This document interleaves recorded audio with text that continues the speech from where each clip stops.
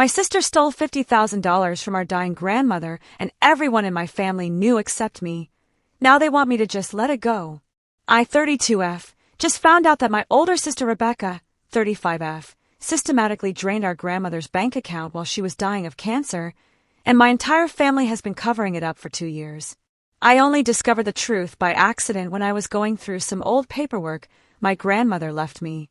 The worst part, my parents, my uncle, and even my younger brother all knew what Rebecca did and decided I was too emotional to be told the truth.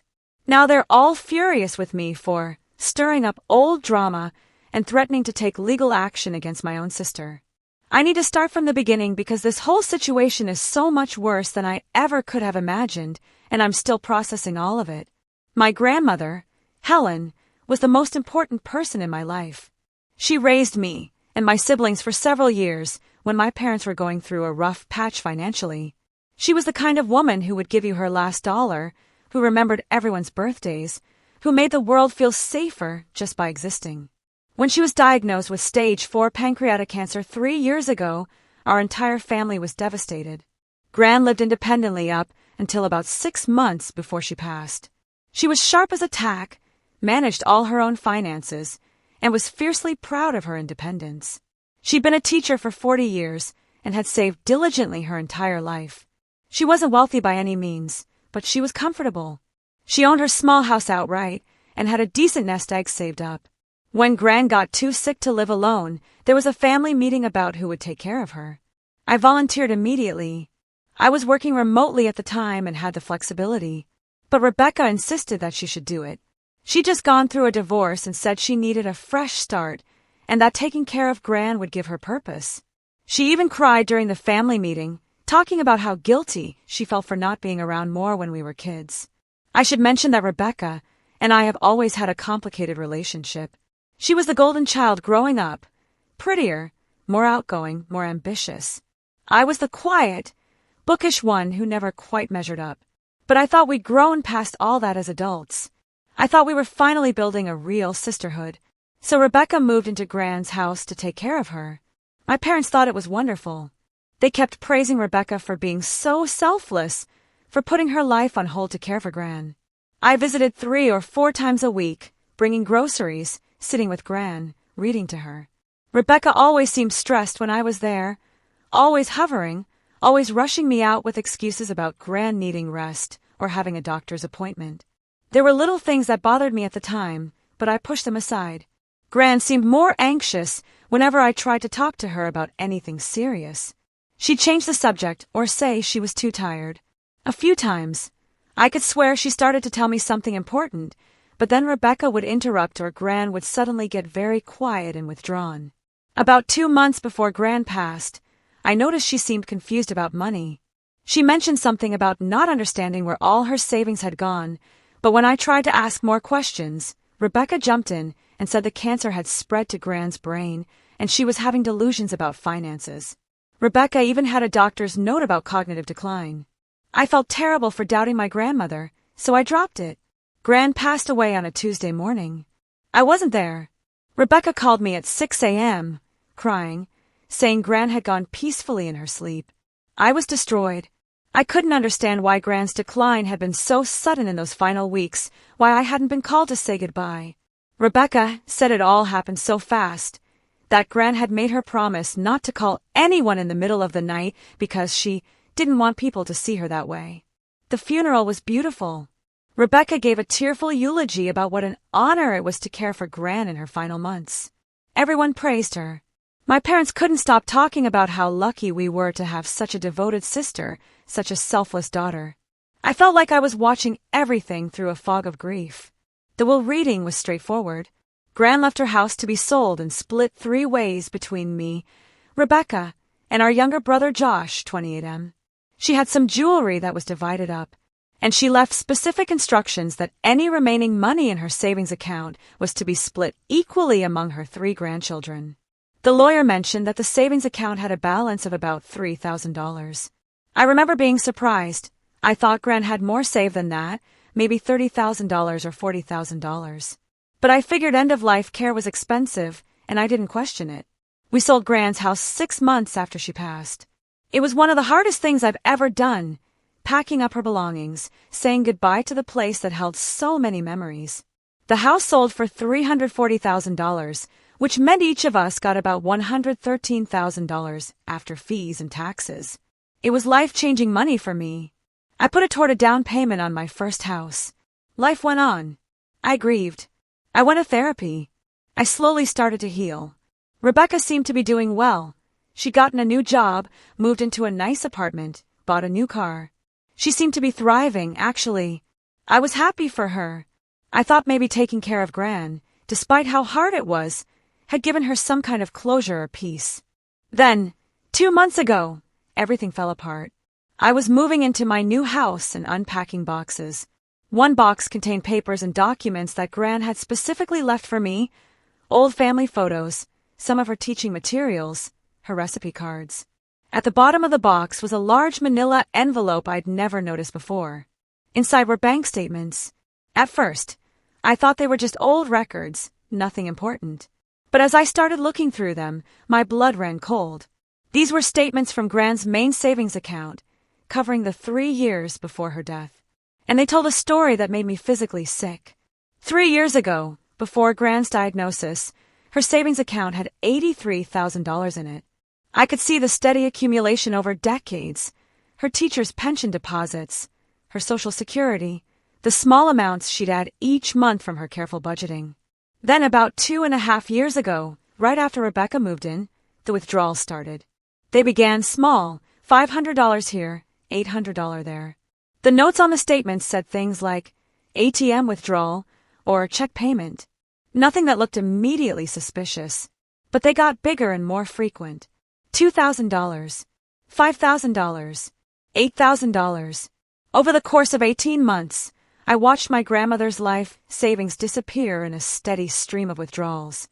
The final statement, from 1 month before Gran died, showed a balance of $2,847. I sat on my floor surrounded by moving boxes and cried for an hour. Then I got angry. Then I got very, very calm. I made copies of everything. Then I called my parents and asked them to meet me for coffee. When I showed them the bank statements, I expected shock. I expected outrage. I expected them to be as devastated and betrayed as I was. Instead, my mother went pale and my father got very quiet. Then my mother said, "Where did you get these?" "Gran left them for me," I said. "Did you know about this?" The silence that followed told me everything I needed to know. It turns out that my Uncle Mark, Gran's son and my mom's brother, had discovered what Rebecca was doing about 3 months before Gran died. He'd been helping Gran with some paperwork and saw the bank statements. He confronted Rebecca, who apparently had a complete breakdown, and confessed everything. She told them she'd been using Gran's debit card to pay off her divorce debts, to cover her expenses, to borrow money she claimed she was going to pay back. She swore she never meant to take so much. She said it just spiraled out of control. She cried and begged and promised she'd make it right. My uncle told my parents. They were horrified but decided to handle it within the family. They confronted Rebecca together. She broke down again, showed them her finances, proved she had no way to pay the money back. She'd racked up $60,000 in credit card debt during her marriage, and she'd used Gran's money to pay off the cards, plus cover her living expenses for over a year. Here's the part that makes me want to scream. They all agreed not to tell Gran. They decided she was too sick, that the stress would kill her faster. They made Rebecca promise not to take any more money. And they decided not to tell me or my brother Josh because we were too close to Gran and too emotional, and we might do something rash. My mother actually used those words. Too emotional. Too rash. As if wanting to protect my dying grandmother from being robbed by her own granddaughter was somehow an overreaction. "We were going to tell you after she passed," my dad said weakly. But then Rebecca was so devastated by the loss, and she was trying so hard to rebuild her life, and we thought, what good would it do? The money was gone. Telling you would just tear the family apart. I couldn't even speak. I just gathered up my papers and left.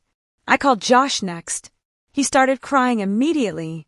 He'd found out 6 months ago by accident, when he'd overheard our parents talking about it. He'd confronted them, and they begged him not to tell me. They said I was finally healing from Gran's death, and this would destroy me. Josh said he's been carrying the guilt of keeping this secret ever since. So let me be clear. My sister stole over $50,000 from our dying grandmother. My parents, my uncle, and my brother all knew. And they all agreed I was too fragile, too emotional, too something to be trusted with the truth about my own grandmother. I called Rebecca. She didn't answer. I texted her. I know what you did to Gran. I have the bank statements. We need to talk. She called back within 5 minutes, crying hysterically. She begged me to meet her in person. Against my better judgment, I agreed. We met at a coffee shop. Rebecca looked terrible, pale, shaking, mascara already running before she even sat down. She immediately launched into the speech she'd clearly prepared. She was at rock bottom during the divorce. She was depressed. She wasn't thinking clearly. She never meant to take so much. Gran was declining anyway and wouldn't have needed the money. She's been living with the guilt every day. She's a different person now. She's in therapy. She's working on herself. Then she said something that made me see red. Gran would have wanted me to have it anyway. She loved me. She wouldn't want me to suffer. I asked her how she could steal from a dying woman who loved her. How she could look Gran in the eyes every day while robbing her blind. How she could give that speech at the funeral about what an honor it was to care for her. Rebecca got defensive. She said I didn't understand how hard it was being there every day, dealing with the medical stuff, the decline, the death. She said she earned some of that money for being Gran's caretaker. She actually used the word earned. I asked her if she was going to pay it back. She laughed, actually laughed, and said, "With what money? I don't have $50,000. I told her I was going to the police. That's when she really lost it. She started screaming in the middle of the coffee shop that I was vindictive, that I'd always been jealous of her, that I couldn't stand that she was Gran's favorite. She said if I went to the police, it would destroy our family. Our parents would never forgive me. I'd be the one tearing everyone apart, not her. I left without another word. That evening, my phone started blowing up. First my mother, then my father, then my Uncle Mark, then even Josh again. All of them begging me not to go to the police, saying it won't bring Gran back, saying Rebecca has already suffered enough with guilt, saying I got my inheritance from the house anyway, so what does it matter, saying I'm being cruel and vindictive, saying Gran would want us to forgive and move on. My mother said, "Do you really want to send your sister to prison over money? Is that what Gran would have wanted?" I screamed at her. I actually screamed. I said Gran clearly wanted me to know the truth because she left me those bank statements. I said Gran was sharp until the very end, no matter what lies Rebecca told about cognitive decline. I said Gran knew exactly what was happening and she made sure I'd find out, even if she was too sick or too scared to confront Rebecca herself. There was a long silence. Then my mother said quietly, "Don't do this. Please. You'll regret it." I contacted a lawyer. He reviewed the documents and said I definitely have a case. Financial exploitation of an elderly person is a serious crime. The bank statements alone are strong evidence, and with the right investigation, they could probably find even more. He said he could refer me to someone who specializes in elder abuse cases. But here's where I'm stuck. I've spent the last 2 weeks going back and forth. Some days I'm absolutely certain I need to pursue this, for Gran, for justice, because Rebecca needs to face consequences. Other days I'm paralyzed by the thought of what this will do to my family. My parents are in their 60s. Do I really want to put them through the trauma of a criminal trial? Josh is caught in the middle, and he's already dealing with anxiety and depression. And there's a part of me, a part one hate, that wonders if they're right. Gran is gone. The money is gone. Will pursuing this really accomplish anything except more pain? But then I think about Gran, trying to tell me something in those last months and being shut down. I think about her confusion about her money, and Rebecca gaslighting her with lies about cognitive decline. I think about Gran, sick and dying, watching her savings disappear and maybe being too scared or too weak to fight back. I think about her carefully leaving those bank statements for me to find, her final act being to make sure the truth came out. I contacted the police yesterday. I filed a report. The officer I spoke with said these cases can be complicated, especially when there's family pressure involved, but they'd look into it. He took copies of all my documents. I haven't told my family yet. I know that once I do, that's it. I'll officially be the villain in their story. The one who couldn't let things go. The one who tore the family apart. Rebecca is already telling people I'm on a vendetta against her. My mother has stopped answering my calls. The thing is, I don't feel vindictive. I just feel heartbroken. Heartbroken that my sister could do this. Heartbroken that my family covered it up. Heartbroken that they all decided I was too weak or too emotional to handle the truth. Heartbroken that Gran died, knowing what Rebecca had done and feeling like she couldn't tell me. Last night I had a dream about Gran. We were in her kitchen, and she was making her famous apple pie. She looked at me and said, "You know what to do, sweetheart. You've always known." Then I woke up crying. I don't know if I'm doing the right thing. I don't know if I'm strong enough to handle what comes next. The family fallout, possibly testifying in court, watching my sister face criminal charges.